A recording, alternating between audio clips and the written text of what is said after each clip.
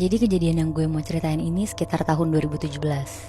Ada seorang perempuan, kita sebut aja namanya Lina. Oke. Lina ini orang yang punya indera keenam lah, yang bisa komunikasi sama makhluk-makhluk halus. Jadi awalnya Moebi, dia bisa komunikasi sama makhluk halus tuh karena waktu kecil dia punya teman imajinasi yang selalu nemenin dia.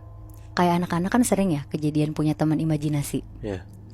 Nah, karena masih kecil, Lina ini mikir kalau temennya ini tuh manusia kayak Lina. Gak taunya, lama-lama Lina itu sadar kalau temennya ini tuh bukan manusia, tapi jin. Oh. Jadi jinnya ini tuh kayak nyesuain gitu Moebi. Pas Lina masih kecil, dia juga kecil. Pas udah gede, dia juga jadi orang gede. Jadi mereka tuh tumbuh besar bareng gitu. Berarti jin ini emang jin penunggu rumahnya Lina itu? Lebih ke jin yang ngikutin Lina sih Moe. Oh. Nah tapi Moe, jinnya ini tuh baik banget dan selalu ngingetin Lina untuk sholat sama ngaji. Nah karena Lina sadar kalau sosok ini selalu ngasih energi positif ke dia, jadinya dia gak apa-apa ngebiarin jin ini tuh deket sama dia. Jin ini tuh selalu ngebantuin Lina lah kalau Lina lagi butuh apa-apa. Kayak Lina dan teman-teman terdekatnya tuh sepanjang hidupnya aman-aman aja terus. Kayak gak pernah kena masalah atau celaka gitu Moebi.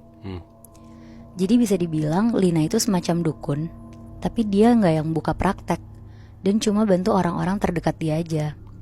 Tapi sekitar umur 25 tahun tuh jinnya mulai minta makanan ke dia. Makanannya jin tuh jorok gitu loh.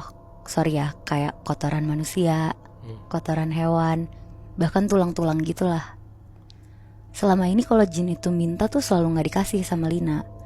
Tapi kali ini karena Lina udah capek banget dimintain terus, akhirnya dikasih sama Lina Moebi.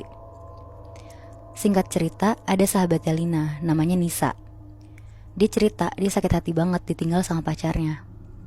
Ditinggalnya itu tuh karena pacarnya tiba-tiba deket sama cewek lain dan sampai jadian. Di situ Nisa nangis-nangis cerita ke Lina. Lina dengernya gak tega banget dan jin ini tuh denger juga. Malamnya jinnya ngomong ke Lina. Intinya jinnya ini tuh nyuruh Lina nyantet cowok ini biar jadi suka lagi sama si Nisa. Dan sekalian juga buat nyelakain cewek barunya. Terus karena Lina juga sakit hati karena sahabatnya digituin, akhirnya dia nanya lah ke jin ini gimana caranya. Akhirnya jin itu ngasih tahu mantra-mantranya. Dan jinnya juga ngasih tahu kalau ritual ini tuh harus dilakuin di atas jam 12 malam. Akhirnya besoknya jam 12 malam, Lina nyobalah ritual ini.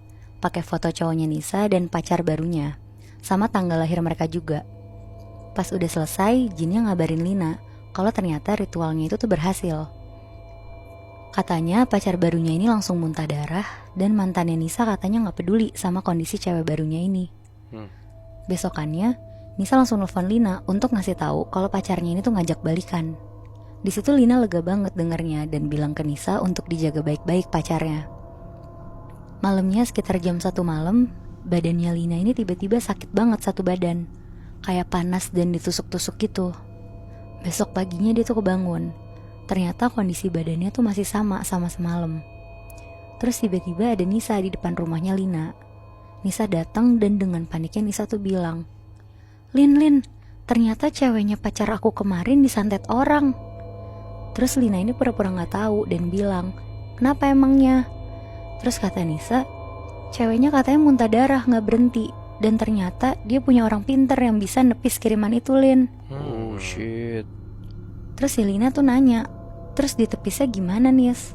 Terus dia bilang, katanya orang pinternya ini udah ngirim peringatan pertama ke orang yang nyantet dia. Nah malam ini katanya akan dikirim lagi yang lebih parah dari semalam. Sir. Wow.